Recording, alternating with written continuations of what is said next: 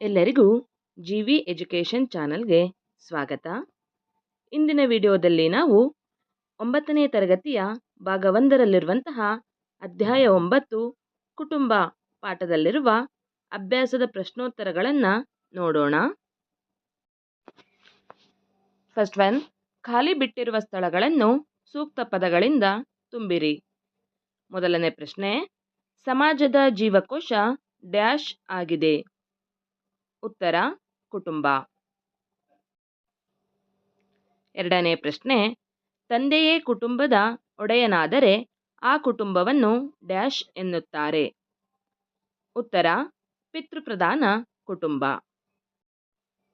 Next one, ಕೇರಳದ ಮಲಬಾರ್ನ ನಾಯರ್ಗಳಲ್ಲಿ dash ಕುಟುಂಬಗಳ ವ್ಯವಸ್ಥೆ ಕಂಡುಬರುತ್ತದೆ. ಉತ್ತರ, ಮಾತೃಪ್ರಧಾನ. ನೆಕ್ಸ್ಟ್, ಈ ಕೆಳಗಿನ ಪ್ರಶ್ನೆಗಳಿಗೆ ಉತ್ತರಿಸಿ. ಕುಟುಂಬವು ಸಮಾಜದ ಘಟಕ ಹೇಗೆ? ಉತ್ತರ, ಸಮಾಜದ ಎಲ್ಲ ವ್ಯವಸ್ಥೆಗೂ ಕುಟುಂಬವು ಕೇಂದ್ರವಾಗಿದೆ. ಕುಟುಂಬವು ಪೀಳಿಗೆಯಿಂದ ಪೀಳಿಗೆಗೆ ಸಂಸ್ಕೃತಿ, ನಂಬಿಕೆಗಳು, ಮೌಲ್ಯಗಳು ಮತ್ತು ಆಚಾರ ವಿಚಾರಗಳನ್ನು ಹಸ್ತಾಂತರಿಸುತ್ತದೆ. ಕುಟುಂಬವು ಸಮುದಾಯವನ್ನು ಹಾಗೂ ಸಮಾಜವನ್ನು ನಿರ್ಮಾಣ ಮಾಡುತ್ತದೆ. ಹಾಗಾಗಿ ಕುಟುಂಬವು ಸಮಾಜದ ಘಟಕವಾಗಿದೆ. ನೆಕ್ಸ್ಟ್ ಒನ್, ಕುಟುಂಬದ ಪ್ರಕಾರಗಳನ್ನು ತಿಳಿಸಿ. ಉತ್ತರ, ಪಿತೃಪ್ರಧಾನ ಕುಟುಂಬ, ಮಾತೃಪ್ರಧಾನ ಕುಟುಂಬ ಮತ್ತು ಆಧುನಿಕ ಕೇಂದ್ರ ಕುಟುಂಬ. ಮುಂದಿನ ಪ್ರಶ್ನೆ, ಅವಿಭಕ್ತ ಕುಟುಂಬ ಎಂದರೇನು? ಉತ್ತರ, ಪತಿ, ಪತ್ನಿ, ಅವರ ಮಕ್ಕಳು, ಮೊಮ್ಮಕ್ಕಳು, ಮರಿಮಕ್ಕಳು ಹೀಗೆ ಎರಡಕ್ಕಿಂತಲೂ ಹೆಚ್ಚು ತಲೆಮಾರಿನ ಜನರಿರುವ ಕುಟುಂಬವನ್ನು ಅವಿಭಕ್ತ ಕುಟುಂಬ ಎನ್ನುವರು. ನೆಕ್ಸ್ಟ್ ಕ್ವಶನ್, ಕೇಂದ್ರ ಕುಟುಂಬ ಎಂದರೇನು? ಉತ್ತರ, ತಂದೆ, ತಾಯಿ ಮತ್ತು ಅವರ ಅವಿವಾಹಿತ ಮಕ್ಕಳು ಮಾತ್ರ ಸದಸ್ಯರಾಗಿರುವ ಕುಟುಂಬವನ್ನು ಕೇಂದ್ರ ಕುಟುಂಬ ಎನ್ನುತ್ತೇವೆ. ಎಂಟನೇ ಪ್ರಶ್ನೆ, ಕುಟುಂಬದ ಲಕ್ಷಣಗಳೇನು? ಉತ್ತರ, ಕುಟುಂಬವು ಎಲ್ಲ ದೇಶಗಳಲ್ಲೂ ಕಂಡುಬರುವ ಸಾಮಾಜಿಕ ವ್ಯವಸ್ಥೆ. ಸಮಾಜದ ಎಲ್ಲ ವ್ಯವಸ್ಥೆಗೂ ಇದು ಕೇಂದ್ರವಾಗಿದೆ.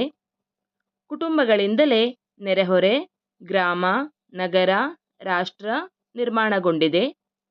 ಕುಟುಂಬವು ಶಾಶ್ವತ ಹಾಗೂ ಪರಂಪರಾಗತ ಘಟಕವಾಗಿದೆ.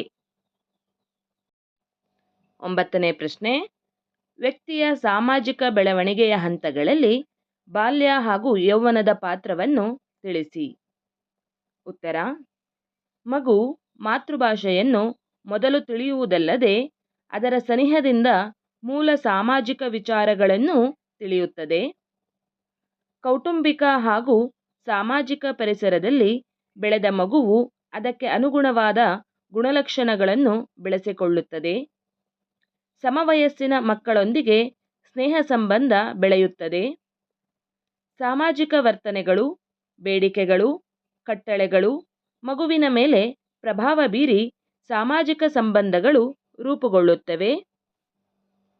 ಯೌವನದಲ್ಲಿ ಇದು ಮುಂದುವರೆದು ಸ್ನೇಹ, ಸ್ವಾತಂತ್ರ್ಯ, ಭದ್ರತೆ, ಅಂಗೀಕಾರ ಇವುಗಳಿಗಾಗಿ ಹಾತೊರೆಯುತ್ತವೆ. ನೆಕ್ಸ್ಟ್ ಕ್ವಶನ್, ಅವಿಭಕ್ತ ಕುಟುಂಬದ ಲಕ್ಷಣಗಳನ್ನು ವಿವರಿಸಿ. ಉತ್ತರ, ದೊಡ್ಡ ಗಾತ್ರ.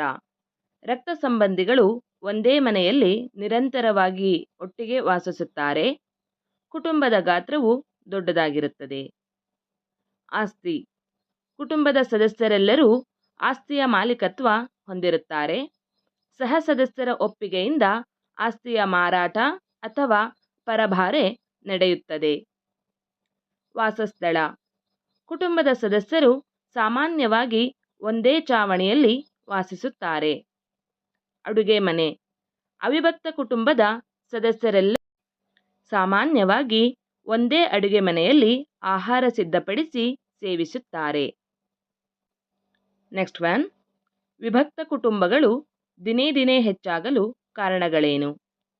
ಉತ್ತರ, ವೈಯಕ್ತಿಕತೆ, ವೈಯಕ್ತಿಕ ಸುಖ, ಸ್ವಯಂ ತೃಪ್ತಿ, ಆಸ್ತಿಯ ಹಕ್ಕು, ಬದಲಾದ ಸಾಮಾಜಿಕ ಮೌಲ್ಯಗಳು, ಭೌಗೋಳಿಕ ಹಾಗೂ ಸಾಮಾಜಿಕ ಸಂರಚನೆ, ವಿಜ್ಞಾನ ಮತ್ತು ತಂತ್ರಜ್ಞಾನದಲ್ಲಿ ಅಭಿವೃದ್ಧಿ, ಕೈಗಾರಿಕೀಕರಣ, ನಗರೀಕರಣ, ಪ್ರಜಾಸತ್ತಾತ್ಮಕ ಹಾಗೂ ಸಮಾನತೆಯ ತತ್ವಗಳು, ಧಾರ್ಮಿಕ ಪ್ರಭಾವದ ಕುಗ್ಗುವಿಕೆ ಮತ್ತು ಲೌಕಿಕ ಮನೋಭಾವದ ವ್ಯಾಪಕ ಪ್ರಸಾರ, ಸ್ತ್ರೀ ಸ್ವಾತಂತ್ರ್ಯ ಈ ಅಂಶಗಳು ವಿಭಕ್ತ ಕುಟುಂಬಗಳು ದಿನೇ ದಿನೇ ಹೆಚ್ಚಾಗಲು ಕಾರಣವಾಗಿದೆ. ಇದಿಷ್ಟು 9ನೇ ತರಗತಿಯ ಭಾಗ 1ರಲ್ಲಿರುವಂತಹ ಅಧ್ಯಾಯ 9 ಕುಟುಂಬ ಪಾಠದಲ್ಲಿರುವ ಅಭ್ಯಾಸದ ಪ್ರಶ್ನೋತ್ತರಗಳಾಗಿವೆ. ಈ ವಿಡಿಯೋ ನಿಮಗೆ ಇಷ್ಟವಾದಲ್ಲಿ ಲೈಕ್ ಮಾಡಿ, ಶೇರ್ ಮಾಡಿ ಮತ್ತು ಇದೇ ತರಹದ ವಿಡಿಯೋಗಳಿಗಾಗಿ ನಮ್ಮ ಚಾನಲನ್ನು ಸಬ್ಸ್ಕ್ರೈಬ್ ಮಾಡಿಕೊಳ್ಳಿ. ಧನ್ಯವಾದಗಳು.